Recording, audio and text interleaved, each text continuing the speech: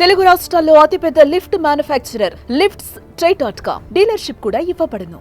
But నాన్నగారికి బీజం వేసింది ఎవరమ్మా? అంటే ఇండస్ట్రీ నుంచి ఎవరు లేరు మనకి సపోర్ట్, నాన్నొక్కళ్ళే వచ్చారు రంగంలోకి. బట్ ఇండస్ట్రీలోకి రావడానికి ఎవరో ఆ రోజుల్లో చాలా కష్టం, ఈ రోజుల్లో చాలా ఈజీ అయిపోయింది యాక్టింగ్ చేయాలంటే. బట్ అప్పుడు అలా ఉండదు, గేట్ వరకు వెళ్ళాలంటేనే కష్టం అయిపోయిన రోజులు అవి. బీజం అంటే అసలు నాటకాల మీద ఇంట్రెస్ట్ ఉండి నాటకం వేశారంటండి ఊళ్ళో. అది మాధవపతి వెంకటరామయ్య గారు బాగా హక్కును చేర్చుకున్నారండి నాన్న దుర్యోధనుడు పాత్ర వేశారు.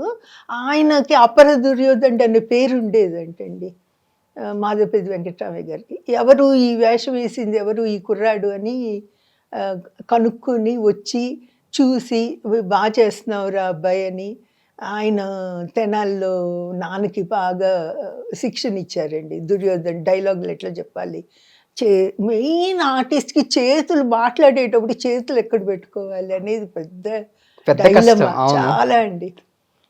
ఆదిత్య సుబ్బారావు గారిని కృష్ణ గారు వాళ్ళు, సుకన్య గారు, రామ్మోహన్ గారు అడిగేవారంటండి, డైలాగులు చెప్తున్నాం చేతులు ఎక్కడ పెట్టుకోవాలి ఎట్లా పెట్టుకోవాలి అంటే ఆయనకు కూడా సమాధానం తోచలేదంట.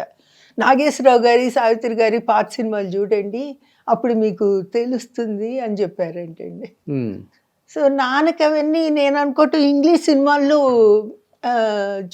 చూడటం మూల నాన్నకి అండర్ యాక్టింగ్ కానీ న్యాచురల్ యాక్టింగ్ కానీ బాగా వచ్చిందండి. ఆటోమేటిక్ అది స్వతహాగా ఉండుంటుంది, దీనివల్ల డెవలప్ అయ్యిందండి ఆ ఇంట్రెస్ట్.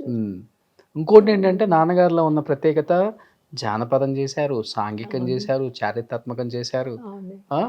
అన్ని సినిమాలు ఆల్మోస్ట్ అన్ని జోనర్స్ చేసిన ఒకే ఒక్క నటుడు ఆయన. అంతేనంటారా? అంతే, ఉన్న అన్ని అలా రౌండ్ చుట్టేశారు ఆయన. విలన్ గా చూసాము. మహర్షులు పాత్రలు మాత్రం అందరి ధరించారండి నాన్న. ఆ గడ్డాలు మీసాలు పెట్టుకోవటం చాలా టార్చర్ అండి. ఇప్పుడు వాళ్ళకి ఆ బాధలు తెలియవు ఆ వేషాలు వేస్తే తప్ప, అప్పుడు మాత్రం చాలా టార్చర్ అనిపించారండి. గమ్ వేసి అంటిస్తారు, మళ్ళీ అవి తీసినప్పుడు చాలా నొప్పి ఉంటుందండి. ప్లస్ ఆహారం ఏమి తీసుకోవటానికి ఉంటుందండి, అంతసేపు ఏదో కొంచెం లిక్విడ్ తాగి ఉండేవారండి నాన్న. సో ఆ రకంగా చాలా త్యాగం చేశారండి వాళ్ళు. అంటే త్యాగం అంటే డబ్బు తీసుకోలేదా అని అనిపిస్తుంది, నిజమే డబ్బు తీసుకునే చేశారు కాదు అని అంటలేదు. బట్ చేసే పని బాగుండాలి, ఇది కరెక్ట్గా రావాలి, మంచిగా ఉండాలి, దీంట్లో ఏమాత్రం అశ్రద్ధ ఉండకూడదు అనేది బాగుండేదండి ఆ రోజు. అండ్ దట్టు ఆ రోజుల్లో డెడికేటెడ్ గా ఉండాలి, టైం టు టైం. బాగా అండి, 6 గంటలకి షార్ట్ అంటే 6 గంటలకి 5 గంటలకే రెడీ ఉండాలి. పంక్చువల్, వెరీ పంక్చువల్ అండి. అవునండి, పంక్చువల్, బాగా అంకిత భావంతో చేశారండి. మనం పని అంటే ఈ పని ఏదో డబ్బు తీసుకున్నా 4 డైలాగులు చెప్పి అవతలకి వెళ్ళిపోదాం అని లేదండి.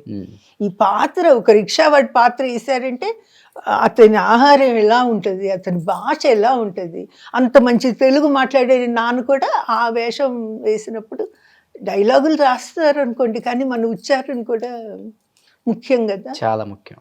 ఒక పెద్ద అక్కయ్యలో రిక్షావాడి పాత్ర వేశారు కదండి, కుమ్మరివాడి పాత్ర వేశారు కథానాయక మల్లలో, మంచి మనుషుల్లో కూడా కమ్మరి పాత్ర వేశారు. ఆ వేసినప్పుడు దానికి తగ్గట్టు ఉండేదండి. బీద పాత్రలు వేస్తే దానికి తగ్గట్టు ఉండేది, జమీందారు పాత్రలు వేస్తే అంత రాజసంగా ఆటోమేటిక్గా పరకాయ ప్రవేశంలాగా. అంటే నానే కాదండి, ఆ రోజుల్లో అందరూ అట్లాగే చేశారు. బట్ నాన్నది ఒక శైలి, ఆయనదొక జోనర్, ఆయన యాక్టింగ్ స్టైల్ డిఫరెంట్ గా ఉంటుంది ఆ రోజుల్లో. ఏడిపించాలన్నా, నవ్వించాలన్నా, కవ్వించాలన్నా, మురిపించాలన్నా గుమ్మడి గారి పేరు ఎప్పుడు ముందుంటుంది ఆ రోజుల్లో.